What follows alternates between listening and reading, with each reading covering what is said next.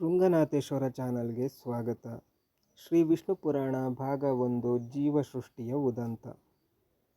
ಪೂರ್ವಕಾಲದಲ್ಲಿ ನಾರಾಯಣನು ಪ್ರಜಾಪತಿತ್ವ ಬ್ರಹ್ಮರೂಪನಾಗಿ ತುಂಬ ರಜೋಗುಣದಿಂದ ಸೃಷ್ಟಿ ಕಾರ್ಯಕ್ಕೆ ಉಪಕ್ರಮಿಸಿದನು. ಆತನು ಧ್ಯಾನ ಸಮಾಧಿಯಲ್ಲಿರಲು ಅಪ್ರಯತ್ನವಾಗಿಯೇ ತಮೋಮಯ, ತಮಾಮೋಹ, ಮಹಾಮೋಹ, ತಮಿಶ್ರ, ಅಂಧತಮಿಶ್ರ ಎಂಬ 5 ವಿಧಗಳಾದ ಅಂಧಕಾರ ಭೇದಗಳು ಜನಿಸಿದವು. ಅನಂತರ ಆತನ ಧ್ಯಾನ ಮಾರ್ಗದಲ್ಲಿ ಪಶು ಮೃಗಾದಿಗಳನ್ನು ಸೃಷ್ಟಿಸಿದನು. ಆತನ ಚಿಂತನೆಯು ಸತ್ವೋದಯದಿಂದ ಊರ್ಧ್ವ ದಿಶೆಗೆ ತಿರುಗಿತು. ಆ ಸಾತ್ವಿಕ ಶಕ್ತಿಯಿಂದ ಅಮರರು ಉದಯಿಸಿದರು.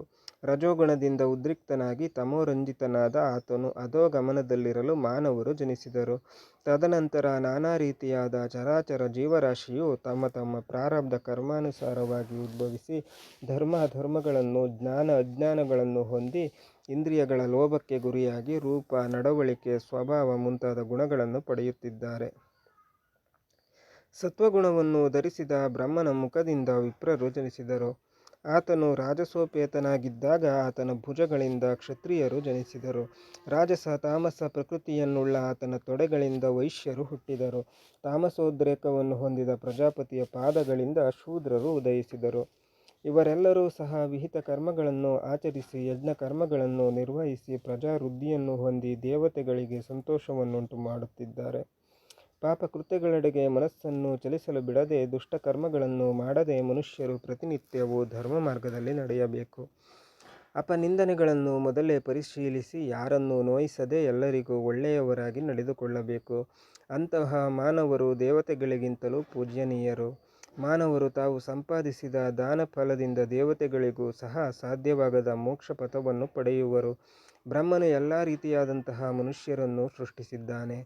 ಕೆಲವರು ಪರಿಶುದ್ಧವಾದ ಅಂತಃಕರಣದೊಂದಿಗೆ ಲೌಕಿಕ ಭೋಗಗಳನ್ನು ಪರಿತ್ಯಜಿಸಿ ವಿಷ್ಣು ಭಕ್ತಿ ಪಾರಾಯಣರಾಗಿ ಉತ್ತಮ ಲೋಕಗಳನ್ನು ಅಧಿರೋಹಿಸುವರು. ಅದೇ ಕೆಲವರು ಕಾಮ, ಕ್ರೋಧ, ಮೋಹ, ಲೋಭ, ಮದ, ಮಾತ್ಸರ್ಯಗಳೆಂಬ ಅರಿಷಡ್ ವರ್ಗಗಳಿಗೆ ಒಳಗಾಗಿ ದೈವ ಚಿಂತನೆ, ದೈವ ಸ್ಮರಣೆಯನ್ನು ವಿಸ್ಮರಿಸಿ ಸಂಸಾರ ತಾಪತ್ರಯದಲ್ಲಿ ಸಿಲುಕಿಕೊಂಡು ಸ್ವಾರ್ಥಚಿತ್ತರಾಗಿ ಪಾತಕ ಕೃತ್ಯಗಳನ್ನು ಮಾಡಿ ಅಧಮಗತಿಯನ್ನು ತಲುಪುತ್ತಾರೆ. ಈ ಪ್ರಪಂಚದಲ್ಲಿ ಕೆಲವರು ಪುಣ್ಯವಂತರು, ಕೆಲವರು ಮಹಾಪಾಪಿಗಳು. ಒಬ್ಬನು ಮಹಾರಾಜನು, ಮತ್ತೊಬ್ಬನು ಬಡವನು. ಒಬ್ಬನು ಪಂಡಿತನು, ಮತ್ತೊಬ್ಬನು ಪಾಮರನು. ರಕ್ತ ಮಾರ್ಗದಲ್ಲಿ ಪ್ರವೇಶಿಸಿದವನಿಗೆ ಎಷ್ಟು ಭೋಗಿಸಿದರೂ ಬಯಕೆ ತೀರಲಾರದಷ್ಟು ಕ್ಷೀಣಿಸದ ಸಂಪತ್ತುಗಳಿವೆ. ಮುಕ್ತಿ ಮಾರ್ಗವನ್ನು ಬಯಸಿದವನಿಗೆ ಎಲ್ಲ ಸುಖಭೋಗಗಳನ್ನು ತೃಣಪ್ರಾಯವನ್ನಾಗಿ ನಿರಾಕರಿಸುವುದಕ್ಕೆ ಬೆಟ್ಟದಷ್ಟು ಆತ್ಮಬಲವಿದೆ. ಬ್ರಹ್ಮನು ಒಂದೊಂದು ಸಾಧಿಸುವುದಕ್ಕೂ ಒಂದೊಂದು ಸಾಧನೆ ಇರುವಂತೆ ಮಾಡಿದ್ದಾನೆ. ಬಯಕೆ ಎಂಬುದು ಇರಬೇಕೇ ಹೊರತು ಸಾಧ್ಯವಾಗದೇ ಇರುವಂತಹದು ಯಾವುದೂ ಇಲ್ಲ. ಮಾನವರ ಜೀವನೋಪಾಯಕ್ಕಾಗಿ ಆ ಜಗತ್ಪತಿಯು ಅನೇಕ ಸಾಧನೆಗಳನ್ನು ಕಲ್ಪಿಸಿದ್ದಾನೆ.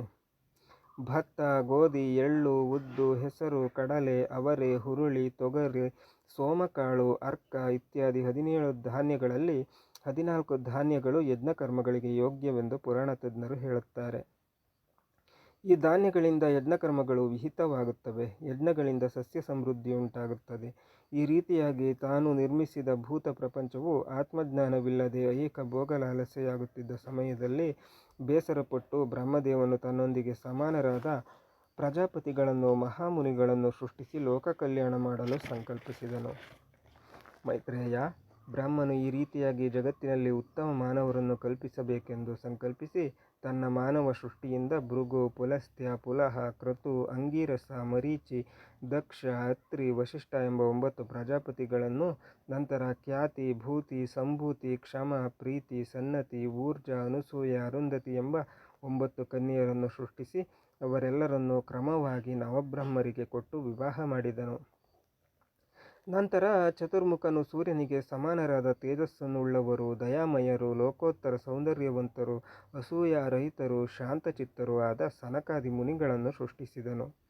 ಇವರೆಲ್ಲರೂ ಬ್ರಹ್ಮಮಾನಸ ಪುತ್ರರಾಗಿ ಖ್ಯಾತಿ ಗಳಿಸಿದರು. ಆದರೆ ಸೃಷ್ಟಿಯು ಬ್ರಹ್ಮನು ಬಯಸಿದ ರೀತಿಯಲ್ಲಿ ನಡೆಯಲಿಲ್ಲ.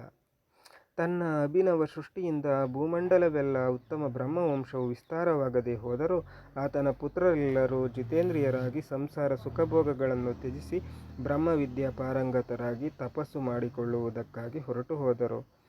ತನ್ನ ಸಂಕಲ್ಪವು ವಿಫಲವಾಯಿತೆಂದು ತಿಳಿದು ಬ್ರಹ್ಮನಿಗೆ ತೀವ್ರ ಕೋಪ ಉಂಟಾಯಿತು.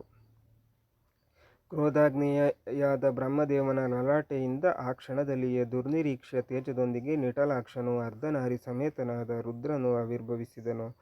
ನಂತರ ರುದ್ರಾಕೃತಿಯುಳ್ಳ ಮಹಾತ್ಮನು, ಮತಿಮಂತನು, ಭೀಷಣನು, ಭಯಂಕರನು, ಋತಧ್ವಜನು, ಊರ್ಧ್ವಕೇಶನು, ಪಿಂಗಳಾಕ್ಷನು, ರುಚಿ, ಶುಚಿ, ಕಾಲಾಗ್ನಿ ಎಂಬ 10 ರುದ್ರರು ಜನಿಸಿದರು. ಇವರೇ ಏಕಾದಶ ರುದ್ರರು. ಅನಂತರ ಪದ್ಮೋದ್ಭವನು, ಸರ್ವಾತ್ಮನು ತನ್ನೊಂದಿಗೆ ಸಮಾನನಾದ ಸ್ವಯಂಭು ಮನುವನ್ನು ಸೃಷ್ಟಿಸಿದನು. ಆ ಮನುವು ತಪೋಧನಳಾದ ಶತರೂಪಳನ್ನು ವಿವಾಹವಾಗಿ ಧರ್ಮಪ್ರವರ್ತನನ್ನಾಗಿ ಮನ್ವಂತರ ಪರ್ಯಂತವು ರಾಜ್ಯ ಭೋಗಗಳನ್ನು ಅನುಭವಿಸಿದನು. ಆ ಪುಣ್ಯ ದಂಪತಿಗಳಿಗೆ ಪ್ರಿಯವ್ರತನು, ಉತ್ತಾನಪಾದನು, ಪ್ರಸೂತಿ, ಅಕೂತಿ ಎಂಬ 2 ಗಂಡು ಮಕ್ಕಳು ಜನಿಸಿದರು. 2 ಹೆಣ್ಣು ಮಕ್ಕಳು ಜನಿಸಿದರು. ಅವರಲ್ಲಿ ಪ್ರಸೂತಿಯನ್ನು ದಕ್ಷನು ಪ್ರೀತಿಸಿ ವಿವಾಹವಾದನು. ಅಕೂತಿಯನ್ನು ರುಚಿಕನು ಸ್ವೀಕರಿಸಿದನು. ಅಕೂತಿ ರುಚಿಕರಿಗೆ ಯಜ್ಞನು, ಆತನಿಗೆ ದಕ್ಷಿಣೆಯ ಗರ್ಭದಲ್ಲಿ 12 ಯಾಮರು ಉದಯಿಸಿದರು. ಸ್ವಯಂಭು ಮನುವಿನ ಕಾಲದಲ್ಲಿ ಇವರು ದೇವಗಣರಾಗಿ ಸ್ವರ್ಗ ಪದವಿಯನ್ನು ಪಡೆದರು. ಸಕಲ ವಿದ್ಯಾದಕ್ಷನಿಗೆ ಪ್ರಸೂತಿಯ ಗರ್ಭದಿಂದ 40 ಪುತ್ರಿಯರು ಜನಿಸಿದರು. ಅವರಲ್ಲಿ ಶ್ರದ್ಧಾ, ಲಕ್ಷ್ಮಿ, ಧೃತಿ, ತುಷ್ಟಿ, ಪುಷ್ಟಿ, ಮೇಧ, ಕ್ರಿಯ, ಬುದ್ಧಿ, ಲಜ್ಜ, ವಪು, ಶಾಂತಿ, ಸಿದ್ಧಿ, ಕೀರ್ತಿ ಎಂಬ 13 ಕನ್ಯೆಯರನ್ನು ಧರ್ಮನು ವಿವಾಹವಾದನು. ಇನ್ನು ಉಳಿದ ಕನ್ಯೆಯರಲ್ಲಿ ಖ್ಯಾತಿಯನ್ನು, ಭೃಗು ಸತೀದೇವಿಯನ್ನು, ಭವನು ಸಂಭೂತಿಯನ್ನು, ಮರೀಚಿ ಸ್ಮೃತಿಯನ್ನು, ಅಂಗೀರಸನು ಪ್ರೀತಿಯನ್ನು, ಪುಲಸ್ತ್ಯನು ಕ್ಷಮಳನ್ನು, ಪುಲಹನು ಸನ್ನತಿಯನ್ನು, ಕ್ರತು ಅನಸೂಯಳನ್ನು, ಅತ್ರಿ ಊರ್ಜಳನ್ನು, ವಸಿಷ್ಠನು ಸ್ವಾಹಳನ್ನು, ವಹಿನಿ ಸ್ವದಾಳನ್ನು ಪಿತೃದೇವರು ವಿವಾಹವಾದರು. ಅಷ್ಟಾದರೂ ಬ್ರಹ್ಮನಿಗೆ ಸಂತೋಷವಾಗಲಿಲ್ಲ. ತನ್ನೊಂದಿಗೆ ಸಮನಾದ ಶಕ್ತಿವಂತನಾದ ಸುತನನ್ನು ಪಡೆಯಲಿಲ್ಲವೆಂದು ಚಿಂತಿಸುತ್ತಿರಲು ಸಂಕಲ್ಪದಿಂದಲೇ ಆತನ ತೊಡೆಯ ಭಾಗದಿಂದ ಒಬ್ಬ ಮಗನು ಉದ್ಭವಿಸಿದನು. ಆ ಶಿಶು ಉದಯಿಸಿದ ಮರುಕ್ಷಣದಲ್ಲಿಯೇ ತನಗೆ ನಾಮಕರಣ ಮಾಡುವಂತೆ ಕೋರಿ ರೋಧಿಸಿ ಬಲವಂತಪಡಿಸಿದನು. ಆ ರೋದನ ಧ್ವನಿಯಿಂದ ಬ್ರಹ್ಮದೇವನು ಅವನಿಗೆ ರುದ್ರನೆಂದು ಹೆಸರಿಟ್ಟನು. ಅವನು ಇನ್ನೂ 7 ಬಾರಿ ರೋಧಿಸಲು ಬ್ರಹ್ಮನು ಅವನನ್ನು ಲಾಲನೆ ಮಾಡಿ ಭವನು, ಶರ್ವನು, ಮಹೇಶ್ವರನು, ಪಶುಪತಿ, ಭೀಮ, ಉಗ್ರ, ಮಹಾದೇವ ಎಂಬ ನಾಮಧೇಯಗಳನ್ನಿಟ್ಟು 8 ಹೆಸರುಗಳಿಂದ ರಾರಾಜಿಸುತ್ತಿದ್ದ ಅವನಿಗೆ ಸೂರ್ಯನು, ಚಂದ್ರನು, ಪೃಥ್ವಿ, ಜಲ, ಅಗ್ನಿ, ವಾಯು, ಆಕಾಶ ಯಜಮಾನರನ್ನು ಶರೀರವನ್ನಾಗಿ ಹೊಂದಿಸಿ ರುದ್ರನನ್ನು ಅಷ್ಟಮೂರ್ತಿಯನ್ನಾಗಿ ರೂಪಿಸಿದನು. ಸೂರ್ಯನಿಗೆ ಸುವರ್ಚಲ, ಚಂದ್ರನಿಗೆ ರೋಹಿಣಿ, ಪೃಥ್ವಿಗೆ ಶುಕೇಶಿ, ಜಲರಾಶಿಗೆ ಉಷ, ಅಗ್ನಿಗೆ ಸ್ವಾಹ, ವಾಯುವಿಗೆ ಶಿವ, ಆಕಾಶಕ್ಕೆ ದಿಕ್ಕು, ಯಜಮಾನನಿಗೆ ದೀಕ್ಷೆ ಪತ್ನಿಯಾದರು. ಹಿಮವಂತನಿಗೆ ಮೇನಕೆ ಗರ್ಭದಲ್ಲಿ ಆದಿಶಕ್ತಿ ಗೌರಿಯು ಹುಟ್ಟಿದಳು. ಆಕೆ ರುದ್ರನಿಗೆ ಸತಿಯಾದಳು. ದಕ್ಷ ಪುತ್ರಿಯಾದ ಖ್ಯಾತಿಯನ್ನು ಭೃಗು ಧರ್ಮಪತ್ನಿಯನ್ನಾಗಿ ಮಾಡಿಕೊಂಡು ಧಾತ ವಿಧಾತ ಲಕ್ಷ್ಮಿಯರನ್ನು ಸಂತಾನವನ್ನಾಗಿ ಪಡೆದ ಲಕ್ಷ್ಮಿಯನ್ನು ಶ್ರೀಹರಿಗೆ ಕೊಟ್ಟು ಕಲ್ಯಾಣ ಮಾಡಿದನು. ಶ್ರೀ ವಿಷ್ಣು ಪುರಾಣ ಮುಂದುವರಿಯುವುದು. ಚಾನೆಲ್ ಸಬ್ಸ್ಕ್ರೈಬ್ ಮಾಡಿ, ಕಮೆಂಟ್ ಮಾಡಿ.